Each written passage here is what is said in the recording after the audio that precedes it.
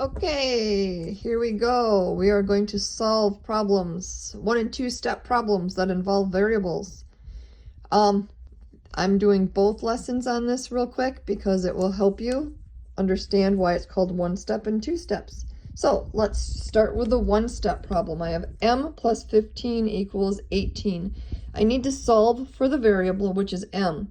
In order to do that, I need to get all of the numbers on one side of the equal sign and the variable on the other. And in order to do that, I need to do the opposite of what it's doing. Okay, so right now I have m plus 15. I need to do the opposite of plus. Opposite of addition is subtraction. So I want to subtract 15. So if I take 15 from this side, I have to take 15 from this side. That is just the rule of algebra. If you do something to one side, you have to do it to the other side. So that's going to cross out because that's going to equal 0. I don't need to put my 0 down there. All I need to do is bring my m down. M equals, then I'm going to solve 18 minus 15. 8 minus 5 is 3, and 1 minus 1 is 0. So m equals 3. That is considered a one-step problem because it took me 1 step to solve it. Let's move on to a 2-step problem. I have 3/4 x plus 24 equals 30.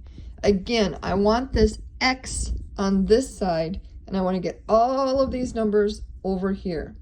The first thing I need to do is get rid of this number, which is plus 24, or add 24. I want to get that out of here. So I have to do the opposite of adding, which is subtracting. Minus 24 on both sides. That's going to be 0. Do I need to put my 0 there? Nope. Just need to bring this back down.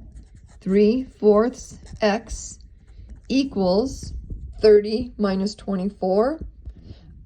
I know what this answer is, but some of you are going to have to solve it through. So I'm going to show you how to do it. Bottom bigger borrow. The 3 becomes a 2. This becomes a 10. 10 minus 4 is 6. 2 minus 2 is 0. Okay, so now I have 3/4 x equals 6. I need to get 3/4 away from here. In order to do that, I need to divide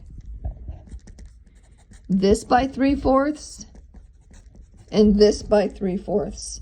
This cancels out, brings down my x. Then I have 6 divided by 3/4. This is where it gets a little more complicated. This is our 2 steps because 1 step was subtracting here and now we're dividing. But now we actually have to divide this, okay? Remember, when we divide fractions, we actually don't divide. We have to change it into a multiplication problem. So I'm going to bring this down. I'm going to change my division sign to multiplication. And then I take the reciprocal. Reciprocal means I take this fraction and I flip it. So now it becomes 4/3. Okay? My 6 needs to be a fraction. I can put any number over 1 and it becomes a fraction. So then I have 6/1 times 4/3. Okay? There's a couple ways to do this. I'm going to do it the long way first. I'm going to take 6 times 4. 6 times 4, and then 1 times 3. 6 times 4 is 24/3. Remember, I've also taught you that this fraction line also means divide. So this is going to be 24 divided by 3.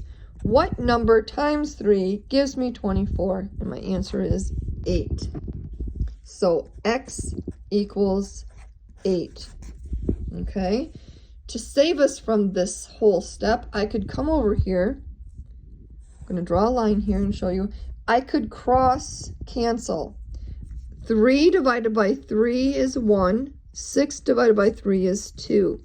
Then I could take 2 times 4, 1 times 1, 8/1, which gives me 8. You may solve it any way you want of these 2 ways. You can cross cancel or you can take it all the way out to the end and then divide. It is up to you. It gets the same answer. So this is 1 and 2 step problems solving for variables. Thanks.